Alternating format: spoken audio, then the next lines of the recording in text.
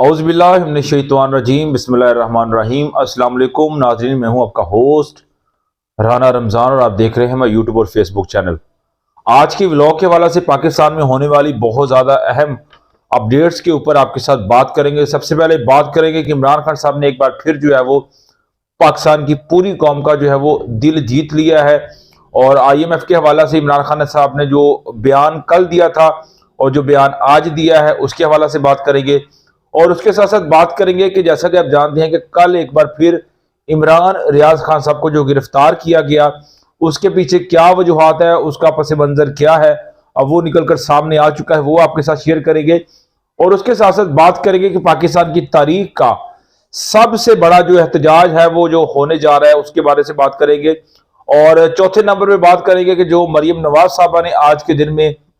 वजीर आला पंजाब का जो हलफ उठाया है, अब वो सारा दिन क्या गहमा गहमी रही और क्या मच्छी बाजार बना रहा पंजाब कौमी असम्बली का जो इजलास था,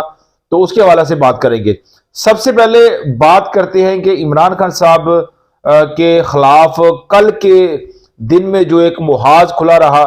और इमरान खान साहब के खिलाफ जो प्रोपोगंडा किया गया कि जनाब इमरान खान साहब ने जो बयान दिया है कि जनाब मैं IMF को खत लिखूंगा ताकि जो IMF कर्जा देने जा रहा है अप्रैल के दिनों में जो शराइत न्यू तजवीज़ की जा रही है उसके मुताबिक IMF को मैं खत लिखूंगा कि IMF पाकिस्तान को कर्जा ना दे। अब बात जो खुलकर है वो बिल्कुल सामने आ चुकी है। देखिए कि पाकिस्तान की पूरी कौम ये जानती है कि इमरान खान साहब वो वाहिद लीडर है जिन्होंने हमेशा इस कौम की बेहतरी के लिए सोचा है,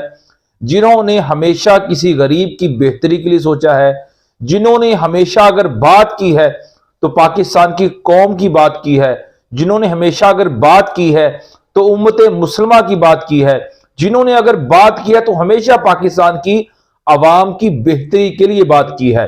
तो ऐसा ही आज जो है वो बयान दिया है इमरान खान साहब ने बैरिस्टर गौहर साहब के जरिए से। उन्होंने कहा कि हम IMF को ये लिखेंगे और खत जरूर लिखेंगे और आज खत वो लिखेंगे IMF को। वो खत के अंदर जो मजमून है वो आपके साथ शेयर करना चाहता हूं। इमरान खान साहब ने कहा कि बेसिकली इस खत का जो मतन होगा वो ये होगा कि देखिए आप देख चुके हैं कि पाकिस्तान में जो सियासी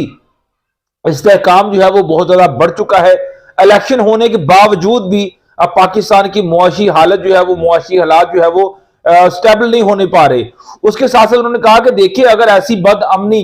पाकिस्तान में बरकरार रहेगी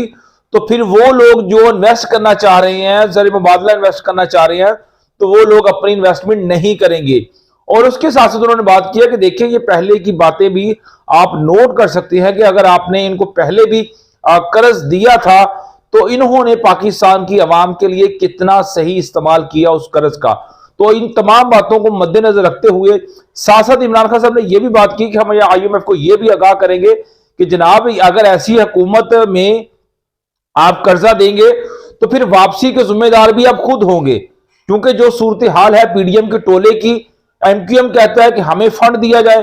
पीपल पार्टी कहता है कि हमें फंड दिया जाए, नून लीग कहती है कि हमें फंड दिया जाए, लेकिन पाकिस्तान की कौम के ऊपर उसका रत्ती भर भी असर आपको नजर नहीं आता, जबकि पाकिस्तान की आवाम के ऊपर मजीद बोझ जो है वो डाला जा रहा है। पाकिस्तान की तारीख में इमरान खान साहब ने कहा कि पाकिस्तान की तारीख में सबसे ज्यादा जो महंगाई की है वो शहबाज शरीफ साहब की हुकूमत ने की है। और वही हुकूमत एक बार फिर जो है वो पाकिस्तान की आवाम को इस्तेमाल करते हुए, पाकिस्तान के राइट को इस्तेमाल करते हुए IMF के पास अगर जाएगी कर्जा लेने के लिए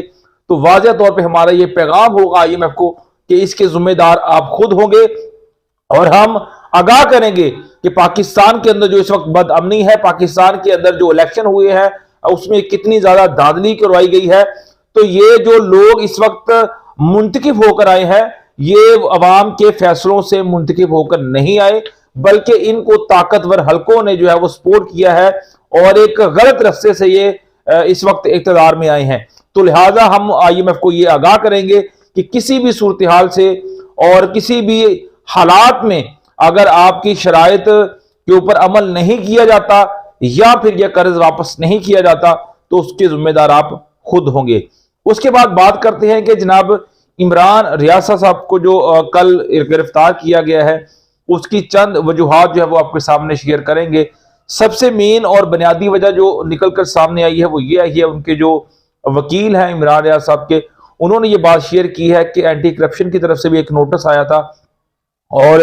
एफआईए की तरफ से भी इमरान रियाज साहब को जो है वो नोटिस आए हुए थे। और आज के दिन में, जो कि आज 23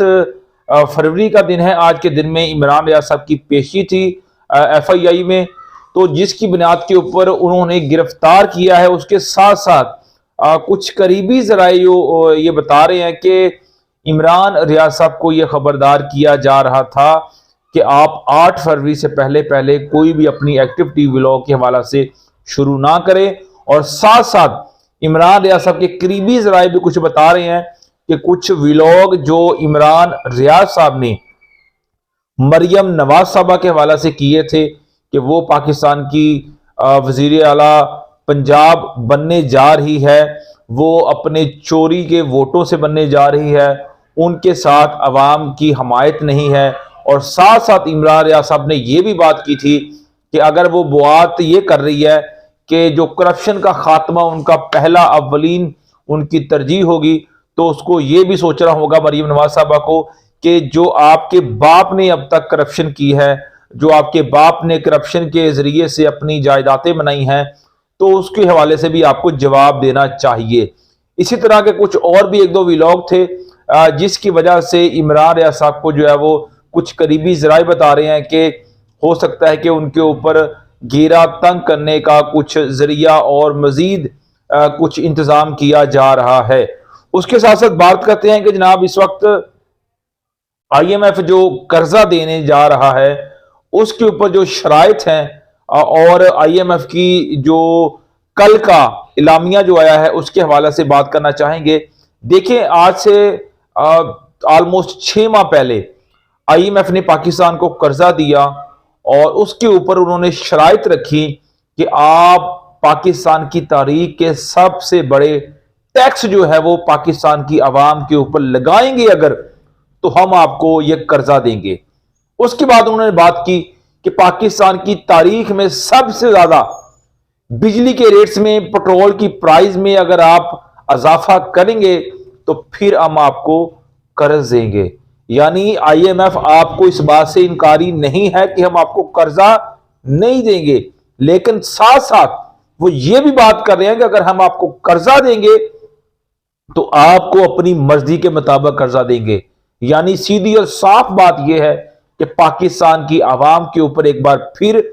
जुल्म किया जाएगा, पाकिस्तान की आवाम के ऊपर फिर एक बार जो है वो अजाब नाजिल किया जाएगा महंगाई की सूरत में। अगर मैं कुछ पर्दा जो है वो उठाने की कोशिश करूं तो आप यकीनन परेशान हो जाएंगे। जुगनू मोहसिन जो कि नजम सेठी साहब की अहलिया है, उन्होंने बहुत बड़ा इंकशाफ किया था। उन्होंने कहा था कि जो इन्होंने कर्जा लिया है उस कर्ज में से 1-1 अरब जो है वो इन्होंने अपने एमएनएस को दिया था। तमाम हुकूमत में जो लोग थे,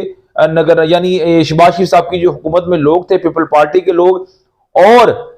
नून लीग के लोग और एमक्यूएम के लोग, उनको 1-1 अरब रुपया दिया गया था कि जनाब ये 1-1 अरब रुपया ले जाए आप और अवाम के साथ जो आपने झांसा करना है वो करें ताकि आप इलेक्शन में कामयाब हो सके। यानी वो पैसा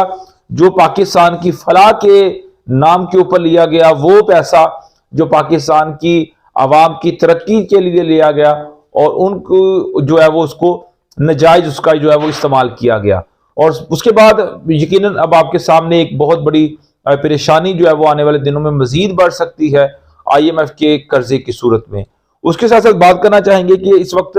पाकिस्तान की तारीख का सबसे बड़ा जो एहतजाज है वो होने जा रहा है, जिसका शायद ताकतवर हलकों को बिल्कुल भी अंदाजा नहीं है, जिसकी कुछ हरकत जो है वो इस वक्त सामने आना हो चुकी है। पाकिस्तान तहरीक इंसाफ, पाकिस्तान जमात इस्लामी, जीडीपी और इसके साथ साथ तहरीक लब्बैक और भी 4 से 5 जमातें बलोचिस्तान से भी इसमें शामिल होने जा रही है। यानी पाकिस्तान की तारीख का सबसे बड़ा इत्तेहाद जो है वो होने जा रहा है। जो पाकिस्तान के अंदर धांधली ज्यादा इलेक्शन आए हैं, उसके बाद जो उनके रिजल्ट आए हैं, उसके ऊपर बहुत बड़ा पाकिस्तान के ऊपर एक